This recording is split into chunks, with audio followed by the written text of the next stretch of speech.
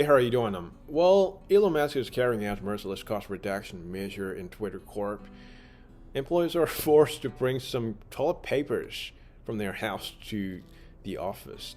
According to New York Times, when cleaning staff working for headquarters of Twitter went on strike, he announced that he would terminate cleaning service, and he finally dismissed 10 security staff and cleaning staff all of a sudden at New York office. So in the meantime, in the result, Twitter headquarters in San Francisco falls into chaos, and 4 floors of headquarters office were forcibly closed in the name of cost reduction, and all employees were squashed into the rest of 2 floors, and it is really difficult for workers to maintain personal space between them. Thanks to no cleaning staff, no cleaning service, smell body odor of workers, and takeaway food covers all 2 floors, and bathroom in the office have the most troublesome problem, like disgusting stains on the toilet seats are increasing day by day. And there is no toilet paper replenishment, so that some workers are forced to bring some their own toilet papers from their house to the office. So according to an internal paper obtained by New York Times, so after acquisition of Twitter, Elon Musk focused on reducing about 500 million US dollars in addition to labor costs, and 75% of employees was dismissed.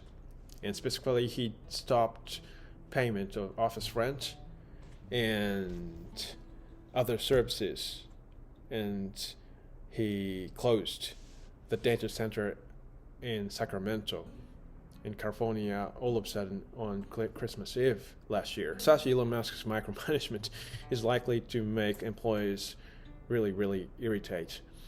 So employees predict there is more labor reduction from now.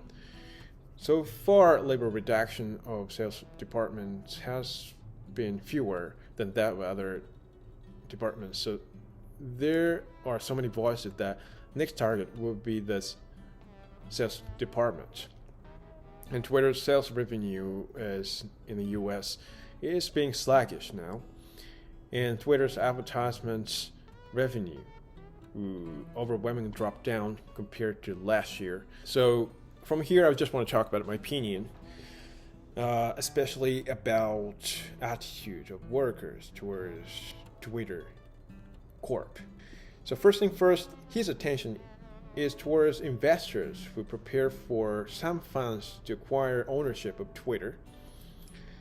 And he firstly thinks he needs to carry out a measure that satisfies investors, because he has liability for increasing business performance to give some back to investors. It is obvious, needless to say.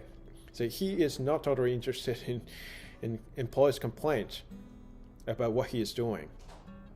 So, but his top priority is to somehow revive the business performance of Twitter, and to do this, he thinks painful reformation and some sacrifices are necessary evil. So some people think that forcing employees to work in a very poor environment doesn't contribute to working performance and working productivity.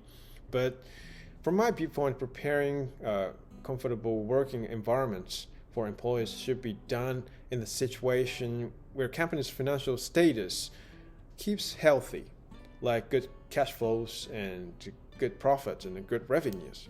So in that sense, Twitter Corp is getting close to the essential of what startups should be, and Twitter Corp is getting back to the original one that used to be in the past.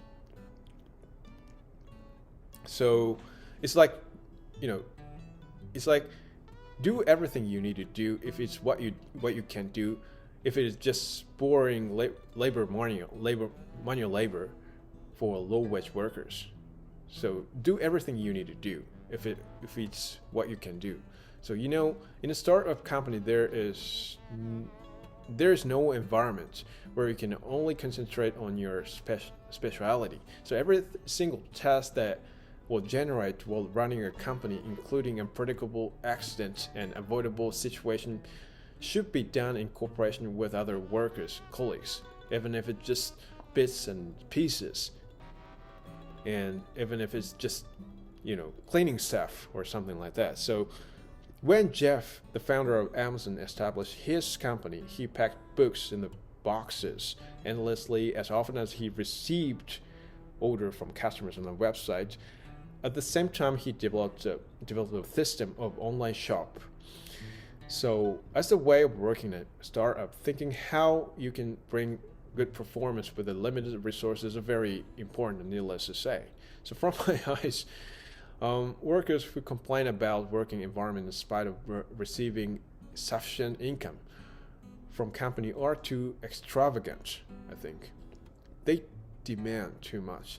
I know they're busy about doing their task, and I know they're expected to raise a certain results in the business performance, but I don't know why they penetrate their stance, penetrate their attitude of indifference to problem solution of things that are out of their way, out of their area, out of their speciality, and they just expect someone to do this one of these days. You know what I mean? So if you're aware of some places in the office are messed up, you just clean up. It's a very easy thing, right? So office is where you work at. This is part of the thing that you borrow from a company, and this is a part of the things that you use on a daily basis. So I think Twitter workers need to have more sense of ownership to the environment where they work at.